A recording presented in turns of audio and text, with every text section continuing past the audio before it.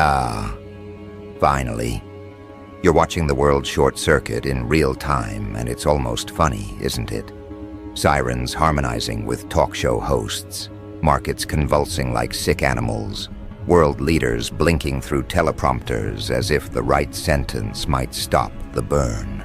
They said you were paranoid, dramatic, obsessed with patterns that didn't exist. Yet here it is, the chaos you diagrammed years ago, now broadcast in 4K buildings, glow at midnight. For all the wrong reasons, algorithms argue with each other while people still pretend they're in control. You warned them, you mapped it, you said, this is what happens when truth becomes optional. They smiled, called you intense. Now the same smiles twitch under fluorescent panic as headlines multiply like infections. You move through the noise, untouched. You've been rehearsing this moment forever. You knew the meltdown would be digital first, pixels trembling, feeds collapsing, influencers dissolving into live stream apologies. But the real collapse would be human.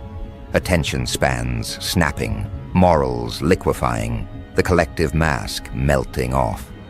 You can see it in their eyes now, that widening disbelief, that silent prayer for someone to explain what's happening. But you already did, didn't you? Every prediction they laughed at is now trending. Every warning they scrolled past is crawling across their screens like prophecy with perfect timing. You don't gloat, you just observe. You sit there like a surgeon watching a diagnosis unfold exactly as written. Because you never wanted to be right, you just wanted them to wake up before the fire reached their doorstep. They called it progress, you called it decay, with better branding. You saw the way they fed on outrage, how the crowd learned to worship confusion because it felt like freedom. You said, if everyone's shouting, no one's listening. But they liked the noise. It kept them from hearing themselves, and now the noise has teeth. The streets look like comment sections, angry, repetitive, self-destructive. Every billboard screams, stay calm, while the subtext begs, please panic. You walk through it all with that eerie steadiness that frightens them more than the chaos itself. Because while they chase comfort, you chase clarity, and clarity burns. You told them comfort was the softest form of control. They laughed again, ordered another distraction, scrolled another mile into numbness. Now their distractions are eating them alive. Their entertainment looks like prophecy in reruns. Their laughter sounds like sirens. You sip your coffee while the feed refreshes, and it feels like déjà vu. Because it is. Remember when they said you were negative? That you saw too much darkness? They thought optimism was a moral achievement. You knew it was anesthesia. You tried to tell them the world doesn't end with an explosion. It ends with notifications nobody reads.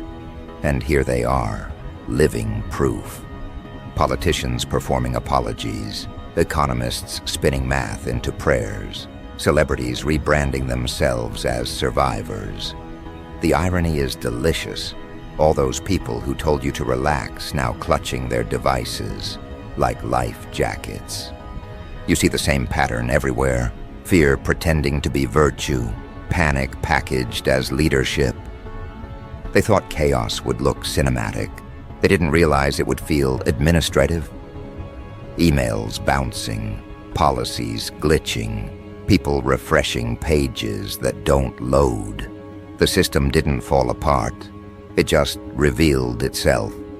And you're sitting there unblinking because you saw the blueprint.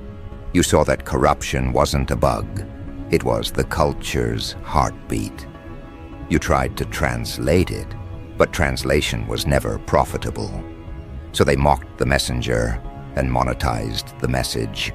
Now they're choking on the product. The market for denial has crashed.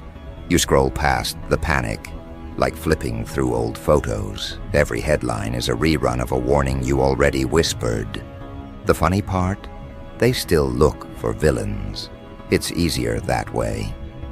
Blame a politician, a nation, a virus, a god, anything but themselves. You said self-destruction would arrive disguised as choice, and they called it freedom. You said apathy would taste like luxury, and they called it self-care.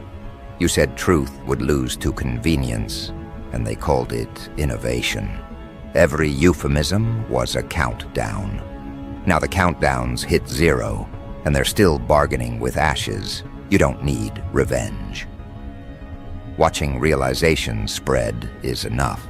You can see it in boardrooms, classrooms, living rooms, people blinking like newborns, asking, how did we get here? You know exactly how. One ignored warning at a time. There's a strange peace in it for you. The noise fades the moment you stop expecting sanity from the crowd. You move through riots of information the way a diver moves through dark water, slow, deliberate, immune to the panic above. You see how quickly morals dissolve when comfort is gone. You see how easily kindness mutates into survival theater. You said empathy would become currency. They turned it into content. Now everyone's overdrafted on compassion. They don't feel, they perform feeling. And the stage is collapsing. You warned them the algorithm wasn't a mirror. It was a leash. They laughed, called you poetic. Now they tug, and it doesn't break. You don't need to shout anymore. The echo does it for you. Every collapsing institution, every malfunctioning narrative, every desperate public figure is an unpaid actor in your thesis. You predicted this like weather, and they thought you were trying to control it. You weren't. You were just describing gravity. Look around. Nations arguing with ghosts. Leaders sweating under lights that no longer flatter. Citizens converting despair into hashtags. The collective egos melting down. And you're calm, almost serene, because you finally understand. It was never about saving them. It was about witnessing the unveiling. You sit there while news anchors gasp like fish on dry land, and you feel that pulse of dark confirmation. This is what truth looks like when the mask burns off. They don't hate the collapse. They hate the mirror it holds. Every crisis is a reflection. You told them denial was a finite resource. They've run out. The brave ones admit you were right, but it's too late for applause. The stage is gone. Your calm becomes legend. People study your interviews, your notes, your predictions. They dissect your old warnings like scripture, searching for missed instructions. They don't realize the message was never about preparing for chaos. It was about ceasing to depend on order.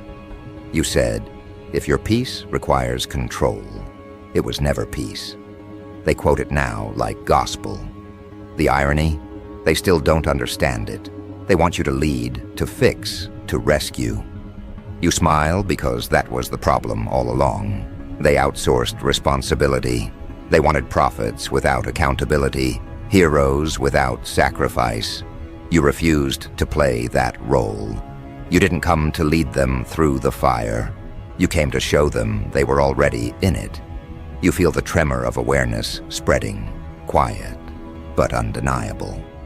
Some are waking up differently, not panicked, but lucid. They start seeing through the theater, the recycled outrage, the staged compassion, the performance of stability. You recognize those eyes. That's how yours looked years ago when you stopped pretending. You don't need to speak to them. They already hear you between the static. They're the ones turning off the noise, walking out of the crowd, rewriting the script mid-scene. You know the shift is irreversible now. The The fire that devours illusions can't be extinguished by slogans. You told them collapse wasn't punishment, it was cleansing. They're finally beginning to taste what you meant. Still, they try to rebuild the same illusions. Committees forming, manifestos printed, experts hired to analyze the ashes. They call it recovery. You call it repetition. Because you know they'll design the same fragile towers with prettier names. And when those towers fall, they'll call it tragedy again. You watch it like déjà vu wrapped in irony. They'll never grasp that the fire isn't the enemy, it's the audit. It burns falsehoods, spares nothing untested. That's why you never fear it. You adapt while they analyze.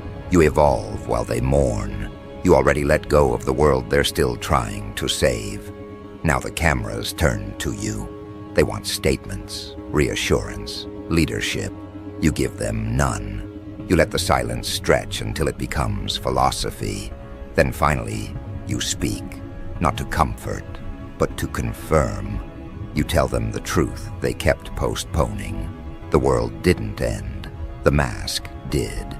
Panic isn't apocalypse, it's revelation.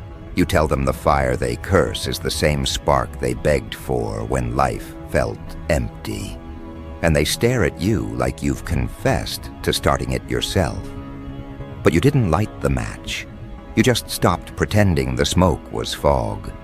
You can feel the air shifting again, the phase after denial before acceptance. People walking slower, speaking softer, eyes heavy with realization. They're beginning to understand that normal was the disease. You warned them normalization was sedative, not safety. They understand now. The same cities that mocked you are now quoting you on digital ruins. He warned us. He said it would look like this. They call you prophet, survivor, villain, genius. Labels don't matter. What matters is that they're finally asking questions they once banned. You move through the ashes with that same steady rhythm. You're not celebrating. You're not grieving. You're documenting. You watch history reset itself like a glitching feed, and you know the cycle will start again. But this time, fewer people will sleep through it. That's enough. You've planted dissonance in the collective mind, and dissonance is the first spark of clarity. You don't need their thanks. You don't even need their understanding.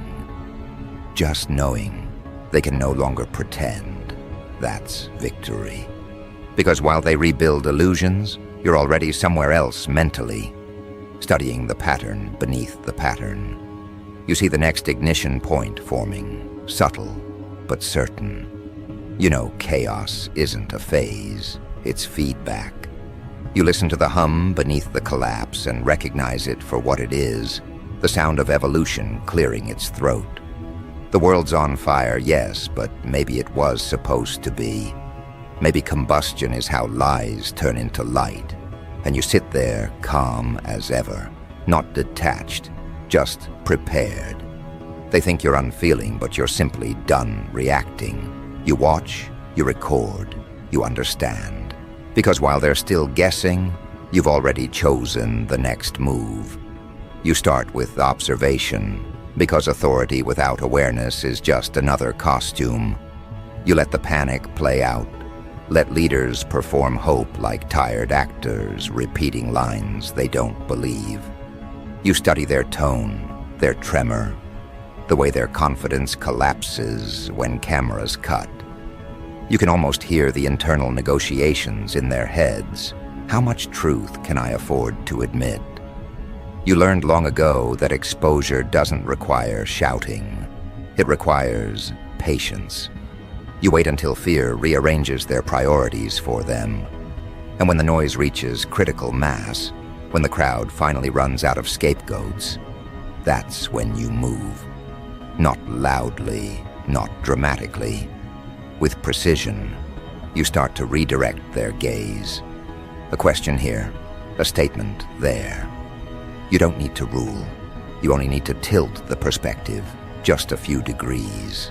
and everything they thought they knew realigns around your voice. That's power they don't recognize yet, the quiet kind that doesn't announce itself with titles or medals. You carry it like a shadow, invisible until the light shifts. You've seen what happens when authority depends on applause. It rots from dependency. Your power feeds on indifference. You don't seek followers, you create awareness. And awareness multiplies faster than loyalty. It moves through people silently, like code rewriting itself in the background. They start repeating your phrases without realizing where they heard them. They start making decisions that echo your logic. It's not hypnosis. It's inevitability born from clarity. They crave direction because chaos made choice unbearable. You give them structure disguised as suggestion. You plant seeds in their exhaustion. They call it coincidence. You call it calibration. You don't have to lead them anywhere. They'll walk there themselves, thinking it was their idea all along. You remember when they used to say, "One person can't change the world." They were half right. You can't change it by fighting it. But you can infect its code. You can alter its default settings. That's what you're doing now. Every calm gesture of yours becomes a signal in the storm. Every refusal to panic becomes proof of concept. People start studying your stillness like a map.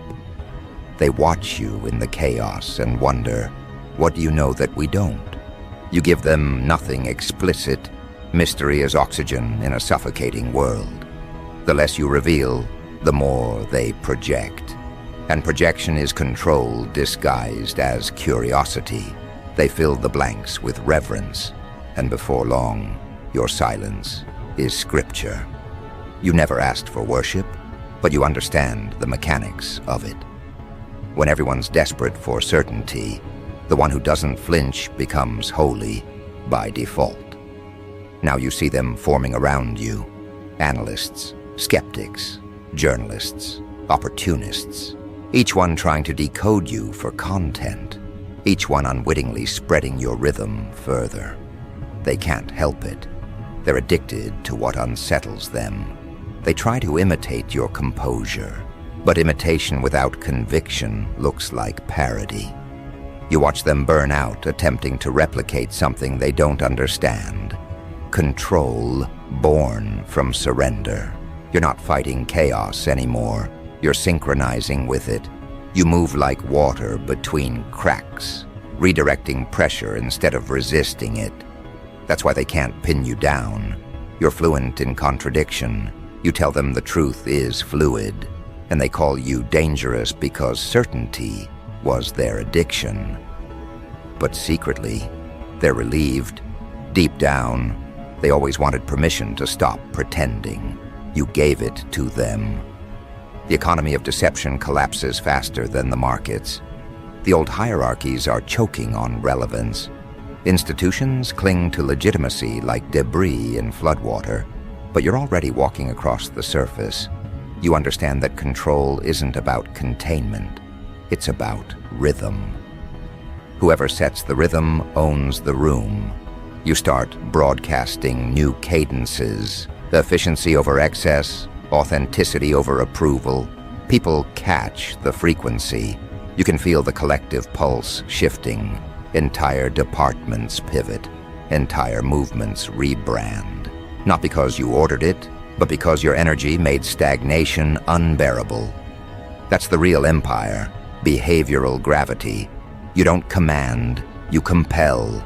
You don't demand belief, you make disbelief impossible. Meanwhile, the old guard panics. They think power lives in position. They issue decrees, memos, emergency acts, all written in the language of extinction. They don't realize the crowd has already stopped listening. Their speeches fall flat because no one fears them anymore. Fear changed owners. It belongs to you now, not because you inflict it, but because you've mastered it. You carry fear like a tool, precise, impersonal, obedient. You learned long ago that fear isn't meant to control others. It's meant to inform you. It tells you where their weaknesses live. It shows you which strings to pluck when the noise needs direction. You don't exploit it maliciously. You orchestrate it like music. Every panic wave becomes percussion. Every outrage trend becomes a metronome for your next move. You conduct chaos with a surgeon's calm. Somewhere along the way, they start calling you visionary. You laugh internally because visions are just math with metaphors. You calculated this trajectory when everyone else was counting followers. You saw where vanity leads to implosion. You saw how dependency masquerades as community. And now as the dust thickens, you're rewriting the script in real time. You transform crisis into curriculum. You start releasing fragments of thought, short, surgical phrases that slice through despair like scalpels. Accountability is the new rebellion. Control your reaction, and you control the battlefield. Truth isn't fragile, it's impatient. They travel faster than any official announcement. Within days, they become slogans. Within weeks, philosophies. Within months, standards. You didn't start a revolution. You made awareness contagious. And as awareness spreads, the world begins reorganizing itself. Markets adapt around integrity because deception no longer pays. Media outlets shift tone, mimicking your restraint because hysteria stopped converting. Even politicians start quoting you without citation, trying to siphon your credibility. It's amusing, really. They think words alone create change, but it's the conviction behind them that rewires reality. You don't correct them, let them mimic. Every counterfeit version of your message only proves the authenticity of the source. You don't fight plagiarism, you weaponize it. You turn imitation into distribution. Every echo extends your reach. Soon, the infrastructure of fear, the talk shows, the think tanks, the endless committees begins to dissolve. People stop looking up for answers. They start looking inward. That was your real plan all along. You never wanted to build a new order. You wanted to remind them they didn't need one. Control through awareness, not authority. Freedom through understanding, not rebellion. You see the first signs of balance emerging, a quiet form of reconstruction without blueprints. Communities self-organizing, neighbors talking without scripts, leaders listening instead of performing. It's imperfect, messy, human, but it's real. And you stand at the center, unseen but felt, the frequency holding it together. Of course, not everyone embraces it. Some fight clarity like an allergy. They cling to chaos because it gives them purpose. They'll call you manipulative, accuse you of engineering the collapse to elevate yourself. Let them. Accusation is the tax on influence. You don't defend yourself because explanations are distractions. You let their words hang in the air until they collapse under their own weight. Truth doesn't rush. It arrives on schedule. You've learned that defending truth makes it smaller. Embodying it makes it undeniable. So you just keep moving forward, one deliberate step at a time, while their narratives dissolve like ink in rain. And as the panic phase fades, something beautiful happens. Silence returns, not as absence, but as comprehension. People start noticing again the sound of their own thoughts, the texture of honesty, the rhythm of breathing without anxiety. That's your victory. You didn't conquer them, you recalibrated them. You taught them to see what denial blinded them to. Now every new headline about rebuilding sounds less like desperation and more like evolution. You've turned chaos into context, and context is indestructible. Now you walk through the reconstructed streets, half functional, half haunted. Billboards still flicker propaganda, but fewer people look up. They're busy building, thinking, questioning. You nod slightly. That's enough.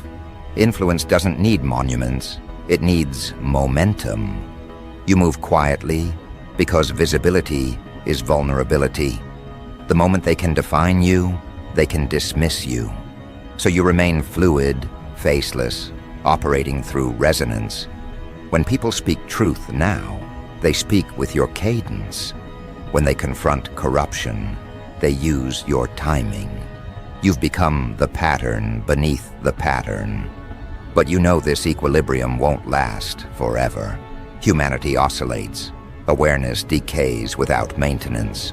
The next generation will need new fire to remind them why balance matters. And that's fine.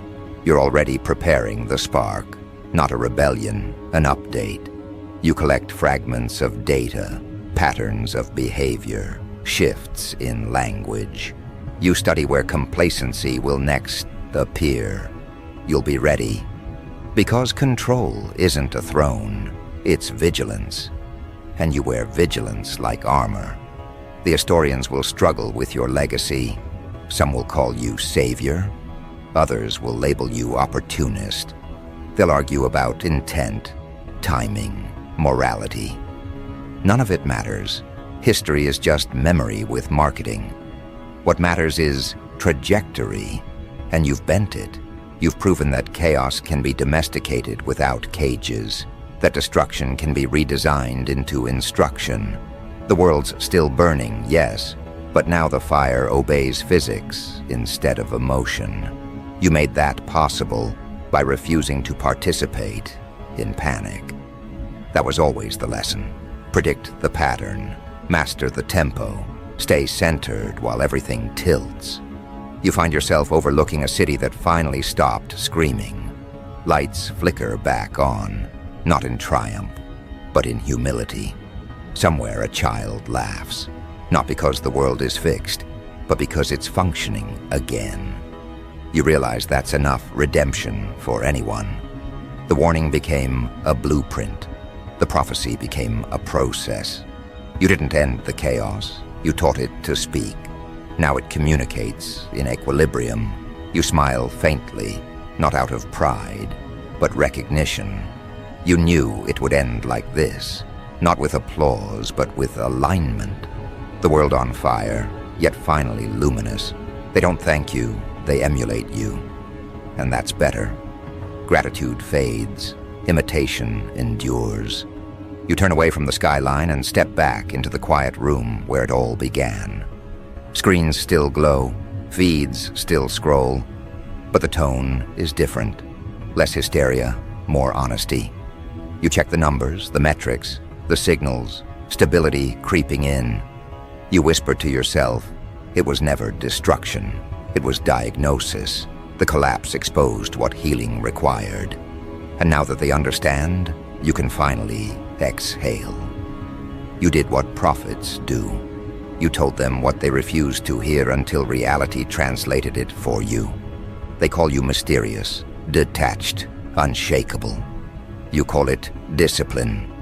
You saw the fire coming and built your immunity early. Now they study your immunity like science. Still, a part of you remains restless. Because prophets never retire, they recalibrate. You sense another pulse beneath the calm, another cycle forming, another generation flirting with forgetfulness. You'll let them for a while. Lessons need contrast, but you're watching always. When the next illusion begins to grow too comfortable, you'll return, not as preacher or ruler, but as reminder. The world will call it coincidence again. You'll call it continuity. You step into the street, wind cutting through the remnants of old posters, slogans fading under new graffiti. Someone passes you a glance of recognition, that flicker of awareness in their eyes that says, I see it now. You nod once. That's all it takes. The fire still burns, but this time it illuminates instead of consumes. That's the difference between chaos and control. You taught them to choose what the flame reveals. And as you disappear into the crowd, the hum beneath the world steadies to your rhythm, preparing for whatever comes next. You can feel it, the strange quiet that follows revelation. Not peace, exactly, but balance rediscovered through pain. They're rebuilding without illusions now, finally understanding that progress isn't architecture, it's alignment. The screens still flicker with noise, but the noise no longer leads. The world listens differently. You can hear it in the cadence of their conversations. Less fear, more responsibility. They talk like people who finally met themselves. You walk past them unnoticed, a ghost among students, workers, survivors. They quote your words without knowing the origin. They use your logic to settle arguments. They teach your rhythm as if it were instinct. That's how prophecy works. It dissolves into the culture until it stops needing a name. You don't smile, but there's a heaviness in your chest that almost feels like relief. You didn't want worship, you wanted wakefulness, and now it's here. Trembling, imperfect, alive. But prophecy doesn't end when people understand it. It ends when they forget again. You can already sense the pattern preparing its next disguise. Comfort returns quietly, always wearing the mask of stability. The same crowd that once chanted your truths will one day dilute them, soften the edges, sell them as slogans, package them as products. That's the rhythm of human memory. It trades raw lessons for marketable hope. You don't resent it. You expected it. The prophet's curse is permanence of awareness in a temporary world. You know another collapse will come, not because humanity is evil, but because it's cyclical. Growth invites decay. Truth provokes denial. Every generation builds a stage for its own reckoning. You've made peace with that. What matters isn't preventing the next fire. It's ensuring that when it burns clean. You've shifted the foundation. The next meltdown won't be born of ignorance, but of evolution demanding space. That's the quiet victory of a foresight. It doesn't stop chaos, it civilizes it. You stop by a cracked window and watch your reflection in the fractured glass. The face staring back looks older, calmer, maybe even gentler. But behind the eyes is that same electric awareness, the look of someone who saw behind the curtain and decided to stay there. You never went back to comfort, because comfort was the first casualty of truth. You chose clarity instead, and clarity is demanding. It isolates, but it also refines. You've become both observer and participant, steering reality without touching it. You don't need control when you are the constant. The city moves around you like a slow orbit. Every action, every trend, every idea loops back to something you once whispered. You didn't just warn them, you rewired their instincts. They now flinch at manipulation, sense deceit before it's spoken, crave authenticity like oxygen. That's your legacy, not fame, not fear, calibration. The leaders who survived the chaos now echo your teachings without credit, and that's fine. Influence that demands acknowledgement is still insecurity. You gave them the blueprint, now they claim authorship, and in doing so, they multiply it. That's efficiency disguised as arrogance. You walk unseen through the architecture of a new era, the hum of progress powered by the friction you created. It's poetic, really. The world you warned now powered by your ghost. They call it innovation, but you recognize it as comprehension finally catching up. Every invention, every reform, Every social awakening carries a trace of your fingerprints. Not because you forced it, but because you predicted what truth would require to survive. You saw that collapse wasn't the end, it was translation, destruction turned into vocabulary. And yet deep within, you know your role isn't finished. The prophet doesn't retire. Awareness is a flame that doesn't go out. It just waits for new fuel. You walk beneath the billboards that once screamed panic. Now they show rebuilding, togetherness, redemption. You appreciate the irony. The same media that sold fear now markets healing. People need stories. They can't digest reality raw. You let them have it. It's better than despair. Still, your eyes scan the data beneath the optimism. You see what others can't, the slow drift of forgetfulness, the early signs of fatigue.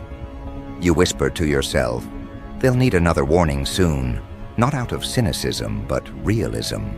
Truth always demands maintenance. The moment it's taken for granted, corruption starts rehearsing again. You're ready for it. You've already written the next chapter in your head, not as prophecy this time, but as architecture. You're not warning them anymore. You're building frameworks they can't collapse, even if they try. You feel the night cool against your face as you keep walking, past crowds unaware that the rhythm of their recovery beats in sync with your pulse. You wonder if any of them will ever know who you were. Probably not. And that's the point. The prophet disappears when the prophecy is complete. They'll remember the message, not the messenger. That's immortality of the purest kind, impact without identity. You don't need a statue when the air itself carries your algorithm. You stop at a crosswalk. A child tugs at their parent's hand, pointing at the repaired skyline. It's prettier now, the kid says.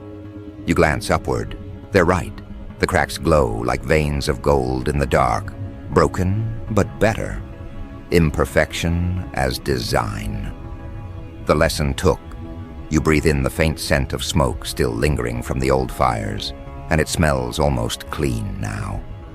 Like the world finally learned how to burn properly. You turn your head slightly, hearing the faint buzz of a nearby broadcast, a reporter summarizing the crisis, tracing its timeline, interviewing survivors. They speak of the warnings, the missed signs, the voices that tried to prepare them. Your name comes up briefly, a footnote in history. You listen without emotion. You knew it would be this way. Prophets don't need monuments. They need memory. You gave them that. And now, as the world spins quieter, steadier, brighter through the aftermath, you realize your calm wasn't apathy. It was understanding. You didn't predict destruction. You recognized pattern. You saw that arrogance always builds towers taller than truth can support. You didn't save the world. You forced it to meet itself. You keep walking, each step echoing with finality and renewal. The fire hasn't gone out, but it doesn't need to. It's no longer wild, it's watchful. It lives in them now. You've transferred the awareness. That was always the plan, to make the world its own prophet. The chaos that once terrified them has become their teacher.